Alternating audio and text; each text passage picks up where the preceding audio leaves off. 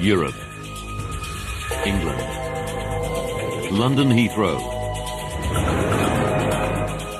the world's busiest international airport.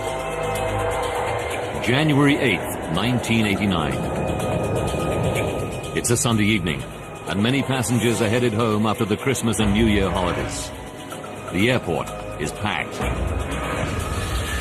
In Terminal 1, passengers check in for British Midland Flight 092 to Belfast, Northern Ireland. It's a regular hour-long commuter shuttle. Security is tight. It's the height of the IRA's terrorist campaign against British targets. The IRA has killed 416 civilians in nearly 20 years of violence. Healthcare worker Gareth Jones started a new job in Belfast 3 weeks ago. I'll ask you one or two security questions if I may, sir. Security checks are a way of life. If you lived in Northern Ireland at the time, you got quite used to security. It was a period when there was heightened security there. You look after yourself, right? You look after Mother. Thank you. Bye. The IRA isn't the only reason for Heathrow's high security. Lockerbie, Scotland. 3 weeks earlier, a terrorist bomb blows apart a Pan Am 747 flying from Heathrow to the US. The explosion kills all 259 people on board and 11 more on the ground.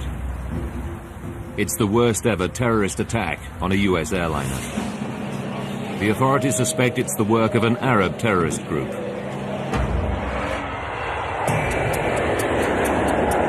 We'll do the before-start checklist down the line then, please.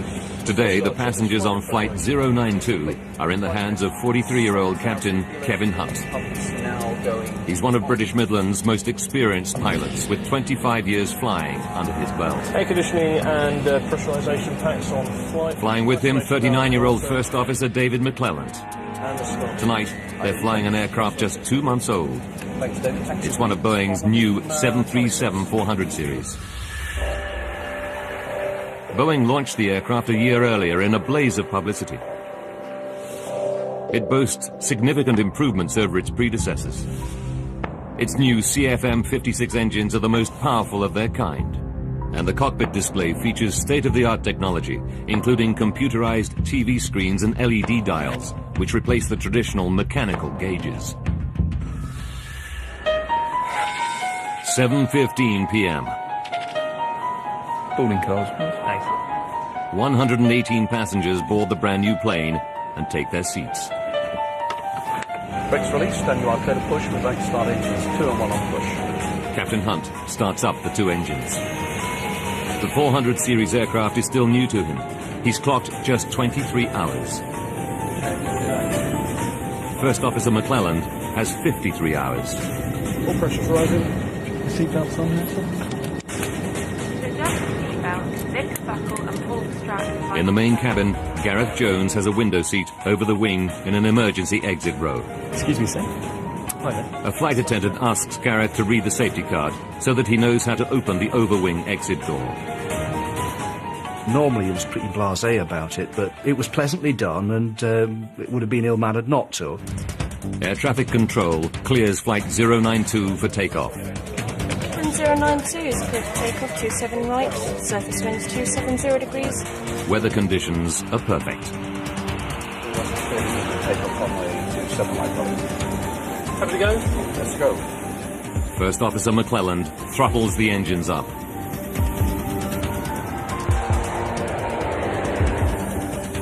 D1, rotate. Positive climb. And gear up. Gear up. Now down. 7:52 p.m. British Midland Flight 092 is airborne and on its way to Belfast. Maintain 6,000 feet in airspeed. Okay, 6,000 feet. Check. Debbie Griffith, age 24, is one of 6 cabin crew on board tonight. She was on standby, but managers called her in at short notice. Yeah. She's been a flight attendant for 2 years. I love the job, basically because I really enjoyed meeting the people. It was a great lifestyle for somebody of that age.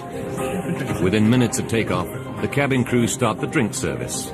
With the hold-ups behind them, there's a light-hearted atmosphere. Passengers know they'll be on the ground in under 1 hour. 8:05 p.m. 13 minutes into the flight. The aircraft is climbing through 8,500 meters on its way to a cruising altitude of 10,600 meters. Then, without warning, a massive bang. The aircraft starts to vibrate violently. A routine flight turns into every air traveler's worst nightmare.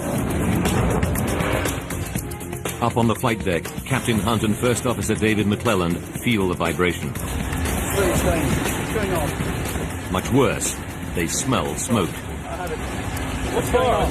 We've got a fire coming through. Tell ATC we need to start at this end. Smoke can only get into the cabin via the air conditioning ducts. And since the aircon is jet-powered on the 737, they deduce it's engine trouble. And it sounds serious. 20-year-old student Kieran Dynan is sitting over the wing close to the engine. All he can hear is a loud clattering sound. There was a very definite grinding noise. It sounded like pebbles going on in a washing machine. Just back from the cockpit, in row 1 are business partners Nick Stevenson and Chris Thompson. They're on their way home to Belfast. They feel the vibration. It's so intense, they fear the aircraft is breaking up. It sounded to me as though there's somebody outside with a sledgehammer trying to get into the aircraft, trying to beat their way through the fuselage. At that point, he simply stopped, froze. Flight attendant Debbie Griffiths immediately thinks of the Lockerbie disaster. This instant sort of terror, if you like, and my first thought was, is there a bomb? A huge bang and heavy vibrations rock a British Midland flight en route to Northern Ireland. Sitting in a window seat over the wing in row 14 is healthcare worker Gareth Jones. He's busy dealing with a panicking fellow passenger. The lady that was next to me, Teresa, was distressed, so I started to talk to her to try and calm her, but also to help me because it wasn't stress-free for me either. Gareth has good reason to be worried. His seat gives him a clear view of the plane's wing. And what he sees fills him with foreboding. I could look out of the window and see a trail of spark-like emissions from where the engine would be. From their seats in the cockpit, Captain Hunt and First Officer McClelland can't see either of the two engines, so they don't know about the sparks. Like all pilots, they must rely on their cockpit instrument display to diagnose the problem. The new display on the 400 Series 737 is unfamiliar to them, but it's state-of-the-art technology. Hunt and McClelland scan the screens and LED instruments. They diagnose an engine problem and shut down the faulty engine. Throttling back. Hey. Okay, shall I go through the... The terrible clunking and vibration immediately cease. The 737 is now behaving normally again. So you're approaching 1,000th level. But safety rules call for the crew to land the plane as soon as possible. Let's get a turn going for East Midlands. Hunt is in luck. Air traffic control clears him for an emergency landing at East Midlands Airport, just 10 minutes flying time away. Control, fly heading 090, be vectoring for the ILS. Roger, Midland 92, descending flight level 120.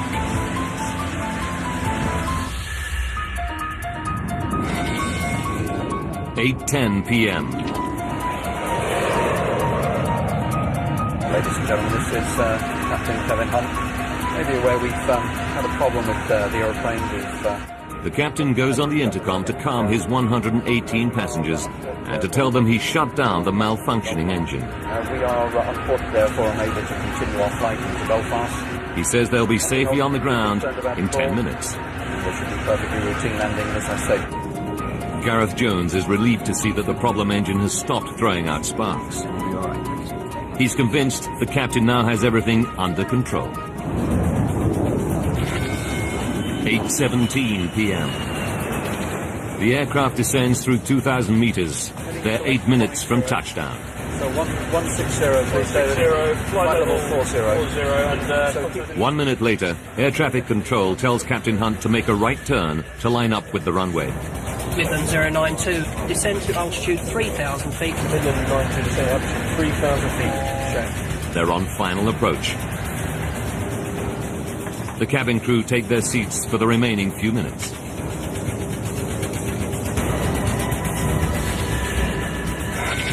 (8:20 p.m.)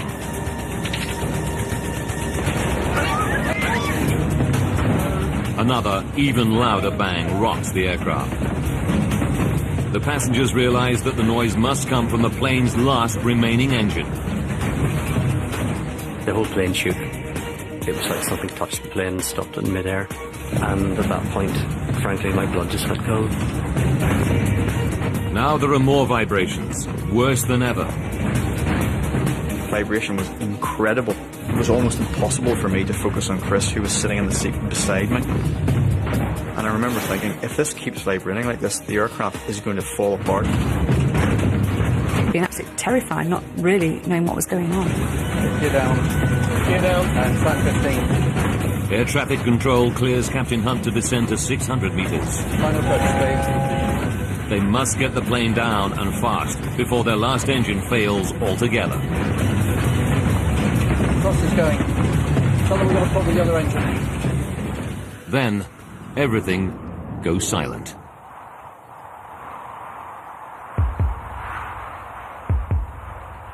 The plane's last engine has given out. The passengers now know they're going down. I actually can't remember the noise of wind going by the plane, just this sort of rushing sound. And the plane then dropped. It started just to go down, like going over the top of a roller coaster. I remember thinking to myself, well, there's nothing you can do about it. If him upstairs wants to take you now...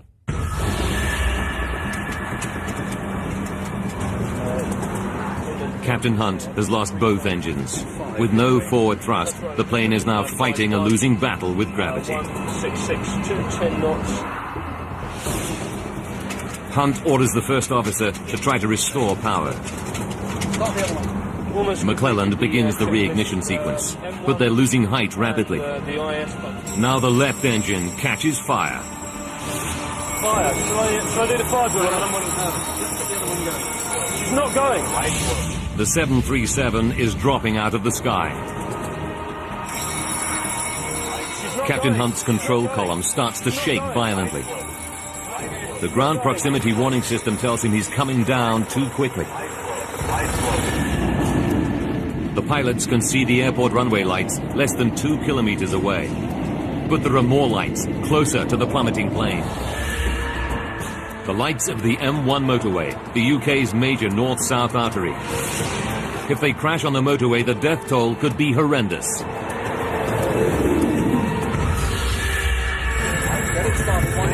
not going. But Captain Hunt is all out of options. The ground is coming up fast. Somebody on board said, Jesus, we're all going to die. 8:24 p.m. British Midland Flight 092 is just 1 minute from East Midlands Airport. Flaps one, please. Speed 190. Captain Hunt can see the runway lights, but he's lost both engines, and one's on fire. His only hope, to keep the aircraft airborne long enough to crash land on the runway. The passengers haven't heard from the captain for 10 minutes, but they know they're going to crash. Stupid thoughts go through your head, like who's going to cut the grass. Part of your brain is saying, this plane's crashing, and part of it was saying, it can't be, because it doesn't happen. Now Captain Hunt can see the village of Kegworth. Desperate to avoid crashing into it, he raises the nose to stretch the glide. The 737 passes over the village at an altitude of just 60 meters. Where have I noticed what I think was a church spire, which actually went by the window. And I sort of thought, a church spire going past the window, I'm in a plane. But beyond Kegworth lies the M1 motorway.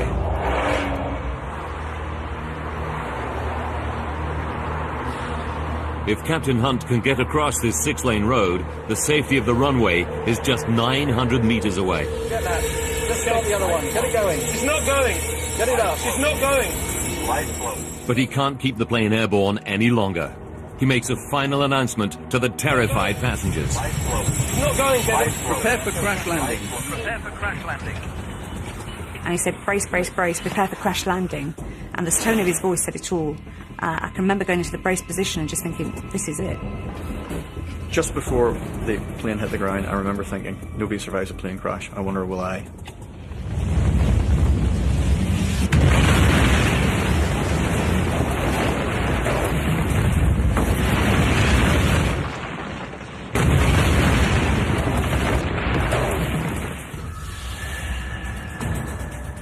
"30 meters before the motorway, the tail section hits the ground and bounces back into the air. The plane smashes through trees near the edge of the motorway. It was horrendous. It just seemed to go on forever. It sort of sucked the breath out of you. It careens across the road, destroying a light on the central reservation. The aircraft slams into the embankment on the far side of the M1 and breaks into 3. I just remember being crushed and then nothing. Total silence. It comes to rest just 900 meters from the safety of the runway. Captain Hunt made it across the motorway just. Incredibly, no cars are passing at the moment of the crash. Inside the wreckage of the 737's middle section, Gareth Jones and his fellow passenger Teresa are alive. They're sitting over the wing, the strongest part of the aircraft. Gareth is not even badly hurt. He cannot believe his luck, but the danger isn't over yet. When I opened my eyes, I could see the little bush that was on fire and thought, hang on, this is dangerous. We're right over the wing's full of fuel, we better get out of this place pretty quick. It's a miracle the plane's 5,000 plus litres of aviation fuel haven't caught fire. But the fuel is now pouring out of the damaged wings, and one of the engines is still in flames. If the fuel ignites, Gareth and any other survivors will have little chance. Having lived through an air crash, they could still burn to death. Gareth desperately pulls the emergency door handle, but it won't open. Fortunately, I remembered Jamie's instructions on the card and grabbed the handle, pulled the door in and threw it out. Before the crash, Gareth told fellow passenger Teresa that if they survived the impact, he would get her out. I remember sticking my head back in through the hatch and shouting to Teresa, give me a hand, and a little hand appeared out of the blackness. And I remember pulling her out through the door. Now Gareth climbs back into the plane to look for other survivors. He finds a horrifying scene. Twisted wreckage, injured people shouting for help, and others who are ominously silent.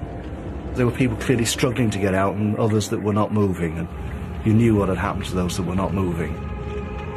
And that's one of the memories I'll carry with me to my grave. In row 1, in the plane's broken front section, business partners Nick Stevenson and Chris Thompson. Chris is unconscious and severely injured, but Nick is one of the luckier ones. He comes round quickly. The first thing I thought is, I'm alive. The second thing I thought is, there's going to be a fire, get out. He doesn't have the strength to help Chris. He tries to get up, but a searing pain in his left leg stops him. And yet he knows he must overcome the pain to get out. You know, the survival instinct just takes over. The drive, it's incredible. I just knew I was going to get out. I had to get out. Nothing else was of any importance whatsoever. He reaches a break in the fuselage and shouts to passing drivers who've stopped to help. He said, yeah, we see you, you're okay, we'll get you. Carried me down the embankment. Still trapped in the wreckage of the nose section, flight attendant Debbie Griffith. She's in a bad way. But her main fear is a fuel explosion. I was having real problems breathing and actually felt like I was dying. I was really sort of fighting to live. And I just expected the engines to go. And I can actually remember thinking, it hurts to me quickly. And 20-year-old Kieran Dynan hangs right over the edge of the shattered midsection. He's badly injured and drifts in and out of consciousness. All the seats in front of me were gone. There's nothing. It was just debris and nothing. 8:30 p.m. 5 minutes after the crash, the fire crews reach the aircraft. They start to douse the whole area with foam. The fireman shouted through, "We've got the engines out." So at least then I knew that we were in with a fighting chance. Within 2 minutes, the engine fire is out. The rescue can begin. Now firefighters scour the plane for survivors. They have the grim task of checking which passengers are dead and which still have a spark of life. I literally just woke up as he shone the torchlight in my eyes, and he said, "Quick, this one's still alive."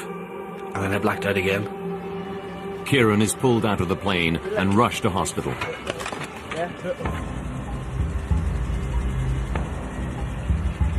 8 hours after the crash, rescuers pull the last survivor from the wreckage of British Midland Flight 092. The time is 4:20 in the morning. Of the 126 people on board, the impact kills 39. 8 more die in hospital from their injuries.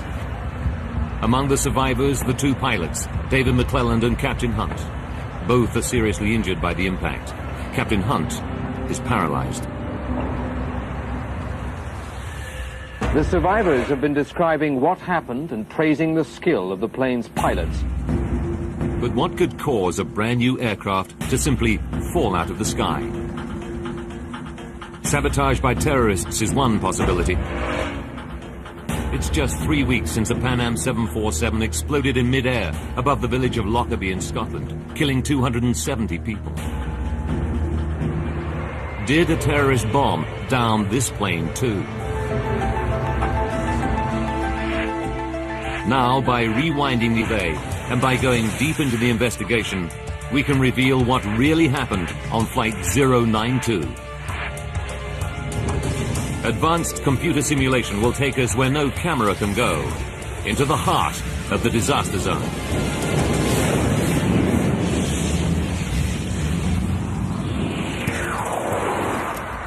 Eddie Trimble is the chief investigator from the UK's Air Accident Investigation Branch. He's worked on all the major air disasters in the UK over the last 30 years.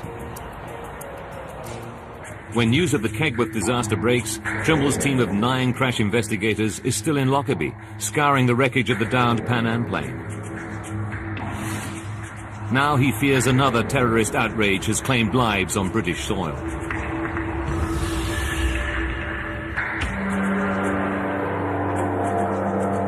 Trimble arrives at the crash scene around midnight, just 4 hours after the accident.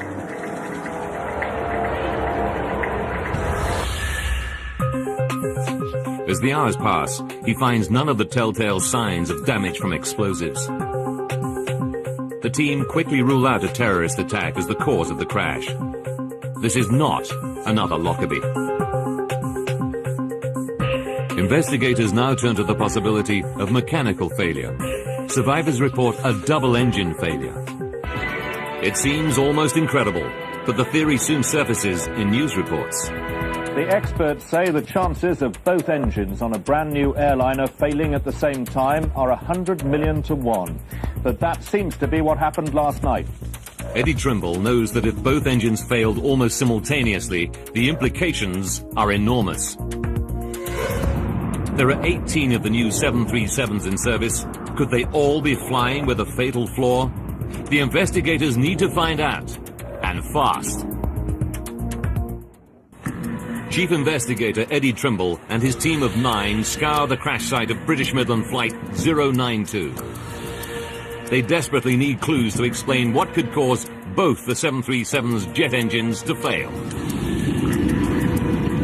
Accounts of the plane's final moments are coming in from eyewitnesses.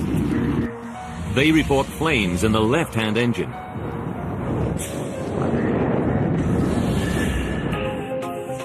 Trimble starts to probe the left engine. It's not an easy job. The crash impact seriously damaged it. But he soon finds something that's clearly not crash-related. The fan blades. Most of them are severely damaged or fractured. Trimble concludes that the fan blade fracture threw debris deep inside the engine. The resulting damage was fatal.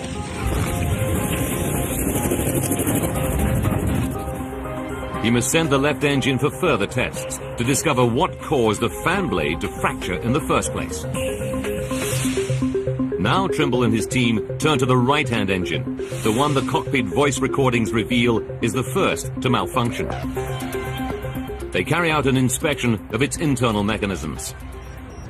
After hours of examination, Trimble reaches a terrible but inescapable conclusion. I thought, gosh, it really does look as though they may have shut down a good engine. Trimble realizes that when the left-hand engine starts to go wrong, the flight crew inexplicably shuts down the perfectly good right-hand engine. Now the whole focus of the investigation shifts. It's not a terrorist bomb or double engine failure that killed 47 people on Flight 092. It's a catastrophic human error. This astonishing discovery rocks the aviation world. How could such experienced pilots shut down the wrong engine on a brand new aircraft?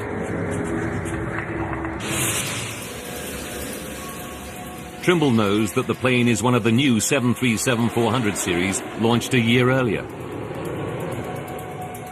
First Officer McClelland has flown just 53 hours on the 400 series. Captain Hunt even fewer, only 23 hours. Could the pilot's unfamiliarity with some aspect of the new design have caused the fatal error? To find out, Trimble must probe every twist and turn of events on Flight 092. Using the cockpit voice recordings, he starts to analyze every decision the pilots took on the flight deck. Okay, we're just turning off the local lights. Tell them we're fully established.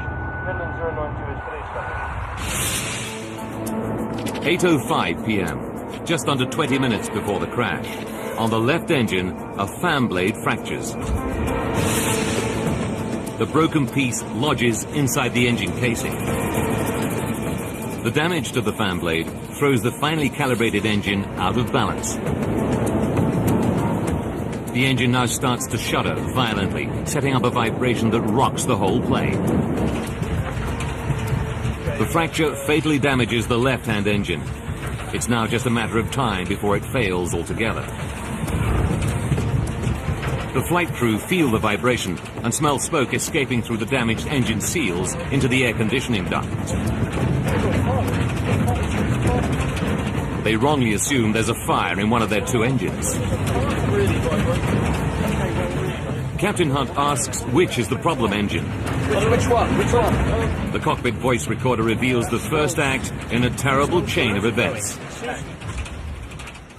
First Officer McClelland starts to say left, but then changes his mind. No, it's the right one. Eddie needs to find out why McClelland hesitates and then gets it wrong. He knows that the pilots can't physically see the engines. They must rely on their instrument display to diagnose the problem. The cockpit display on the new 400 series boasts LED dials and screens in place of traditional mechanical instruments. Did Hunt and McClelland have trouble interpreting its unfamiliar instrument display? Okay, we'll throttle it back. The new display has a meter to monitor unusual vibration on each engine. These should allow the pilots to see at a glance which engine is in trouble. The meters have always been a feature of the 737 cockpit display, but on the 400 series they look very different. On the new 737, the engine vibration meter has an LED needle. It swings around the outside of the dial instead of the inside as in earlier versions. And it's only the size of a 20 pence piece. Trimble learns that Hunt and McClelland went on a one-day course to learn about the new 400 series.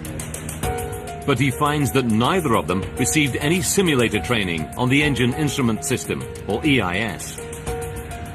Neither pilot had had the opportunity to fly a simulator and learn how to interpret the EIS, whether in normal operation or, very importantly, during abnormal operation.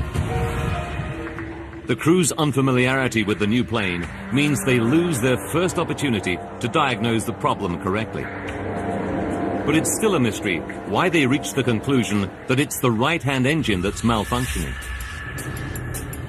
The cockpit voice recordings give Trimble another clue. Can you smell that? What is that? It doesn't something. Smell something. When the pilots smell smoke from the damaged engine, they know the only way it can reach the cockpit is via the air conditioning system. Can you smell that? There's a fire coming through. In Captain Hunt's experience, the air conditioning on a 737 is powered by the right-hand engine. Which one is it? He assumes that is where the smoke is coming from. Well, probably back. Probably back. But Boeing has made another change to the latest 737. On the new planes, the air conditioning is powered not just by the right engine, but also by the left-hand engine. 8:07 p.m.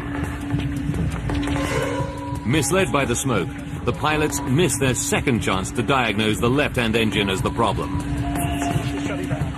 Now, First Officer McClelland throttles back and shuts down the perfectly functioning right-hand engine. Everything seems to return to normal. The heavy vibration and banging has stopped. Ladies and gentlemen, this is Captain Kevin Hunt. If you've been aware in the cabin, we've had some smoke. And that's, A relieved Captain Hunt even goes on the intercom to tell passengers what he's done. Had to shut the right engine down as a result. We can't be... But Hunt's mention of the right engine confuses many passengers. Student Kieran Dynan recalls seeing sparks and flames coming out of the engine on the left-hand side of the plane. I thought it was strange. Why is he turned off the good engine? When it's so obvious this engine is all on fire. But Captain Hunt and the first officer cannot physically see either of the two engines from the flight deck. Someone from the passenger cabin would have to tell him which engine is in trouble. Investigators want to know why Kieran Dynan and other worried passengers don't raise the alarm. I remember thinking, he still must know what he's doing because he's the professional. Trimble and his team conclude that distrust in the captain prevents anyone on board from raising the alarm. But the investigators still face a big mystery. Why does the aircraft seem to return to normal function after the pilots turn off the wrong engine? To solve this mystery, Eddie Trimble and his engineering specialists delve deep into the workings of the 737's jet engines. All 737s have an auto-throttle, a form of cruise control that maintains the desired airspeed by automatically sending the right amount of fuel to the engines. To shut down the engine, First Officer McClelland must disengage the auto-throttle. This returns the plane to full manual operation and allows him to start throttling back the engine. Trimble suspects that this routine step holds the key to the mystery. He turns to the plane's black box to try to find out exactly what's going on inside the computer-controlled engines at the critical moment. What Trimble discovers about the behavior of the autothrottle explains why the plane appears to fly normally on a badly damaged engine. It's a major breakthrough. The investigation team can now unravel exactly what happened aboard Flight 092 in the final, fateful seconds from disaster. 8:05 p.m. When the fan blade fractures on the left engine, its fragments damage the engine severely, causing a reduction in fan speed. The autothrottle reacts by pumping more fuel to the stricken engine, trying to maintain the fan speed. This causes the damaged engine to shudder violently and throw out sparks. These ignite surplus fuel, causing the flames seen by the passengers. 8:07 p.m. It's the left. It's the right one. Okay, we'll Misled by the smoke coming through the air conditioning, the crew misdiagnosed the problem engine. Captain Hunt orders the fully functioning right-hand engine to be shut down. Okay, throttle it back. First Officer McClelland disengages the auto throttle and instantly pulls back the thrust lever on the right engine. The minute he does so, the vibration stops and the smell of smoke disappears. Eddie Trimble now knows why. Data from the black box reveals that when the pilots disconnect the auto throttle in order to shut down the right engine, both engines return to manual throttle.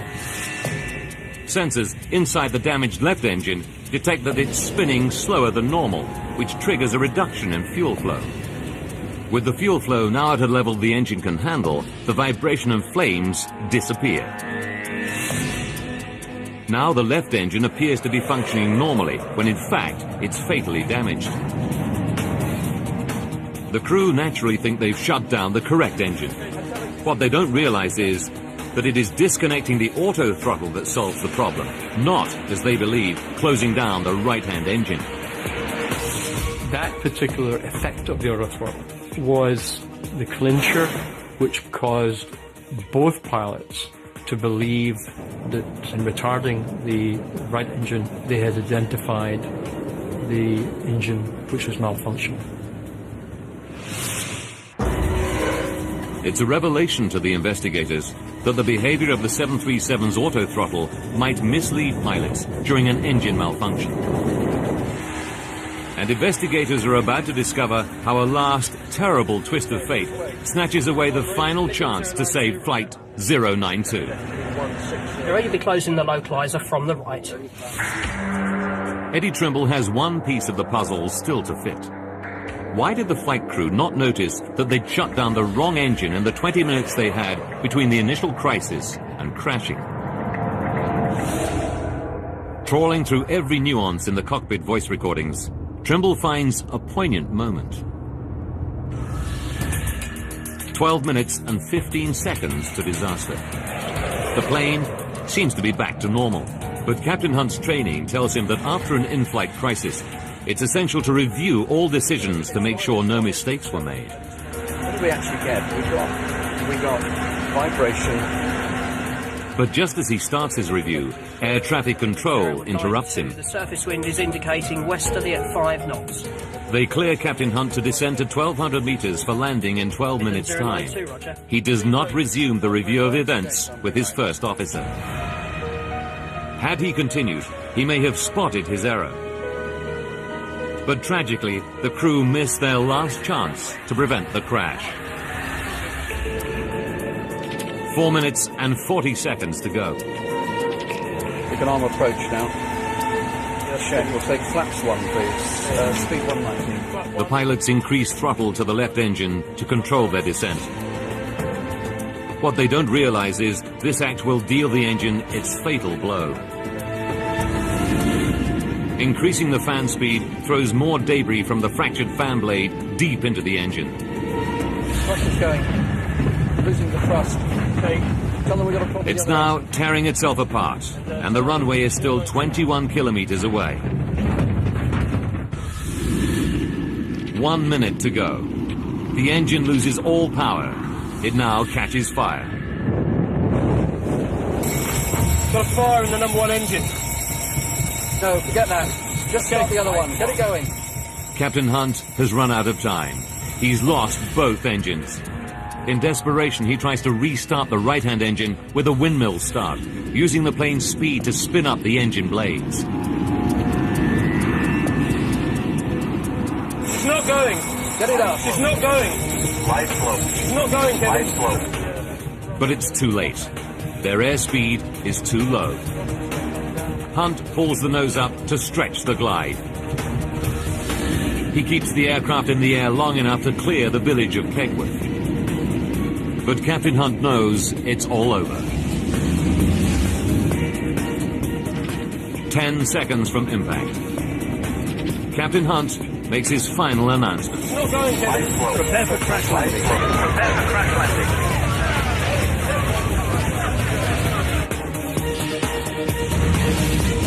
At 8:24 and 43 seconds, British Midland Flight 092 crashes into the motorway embankment at 185 kilometers per hour.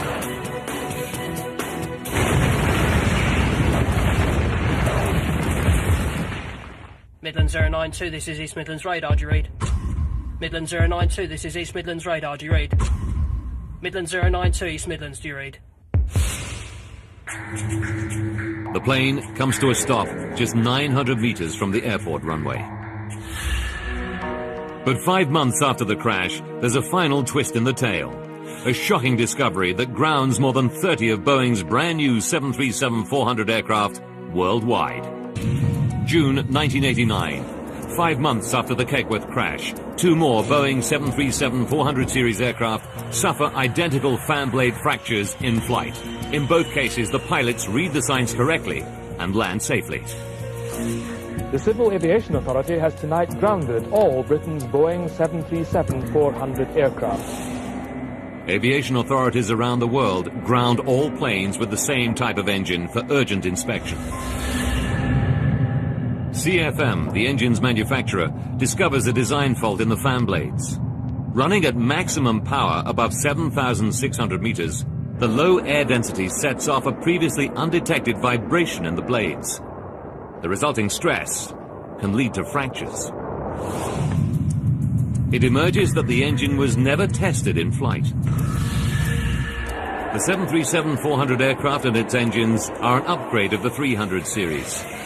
The engine was only bench tested in a laboratory. A flight test was not mandatory.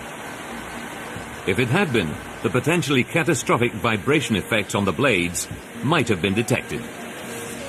The engine manufacturer has to redesign the engine and refit 99 400 series aircraft. Aviation regulations now require manufacturers to flight test all new engines. Just over 18 months after the Kegworth air crash, the Air Accident Investigation Board publishes its report. It concludes that although the pilots made an error in shutting down the wrong engine, there were mitigating factors. The pilots had received no flight simulator training for the 737-400 series. That meant the first time they faced an emergency, it was for real. The vibration meters weren't prominent enough. And if a member of the cabin crew had alerted the captain to the flames coming from the left engine, which he couldn't see from the cockpit, the crash could have been averted. But for the survivors, the flight crew are heroes. It was just very, very sad that it was so close to have made it. And, you know, to have those 2 pilots put at such risk and to have worked so hard to have got so close, it's upsetting. The lessons learned from the Kegworth crash have had a wider impact on aviation safety. Boeing redesigned cockpit displays for new aircraft, making them easier to interpret. Simulator training is now mandatory if the design of an aircraft changes substantially. And airline training around the world now emphasizes and encourages full communication between cabin and flight crews, particularly during an in-flight emergency.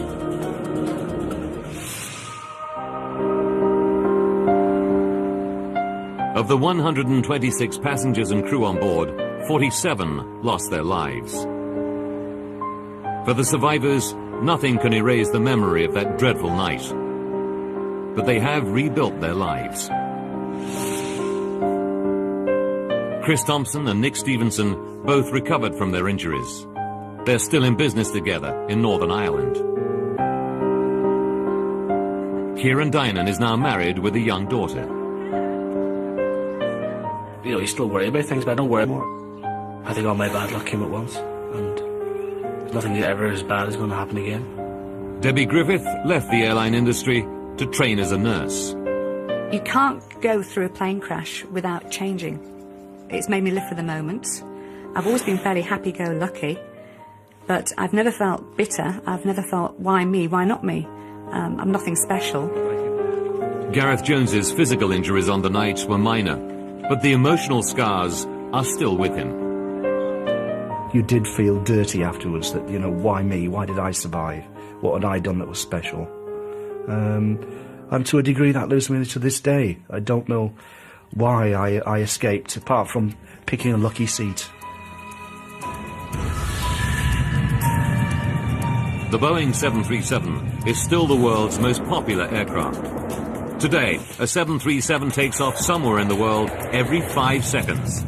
Its safety record is one of the best in aviation.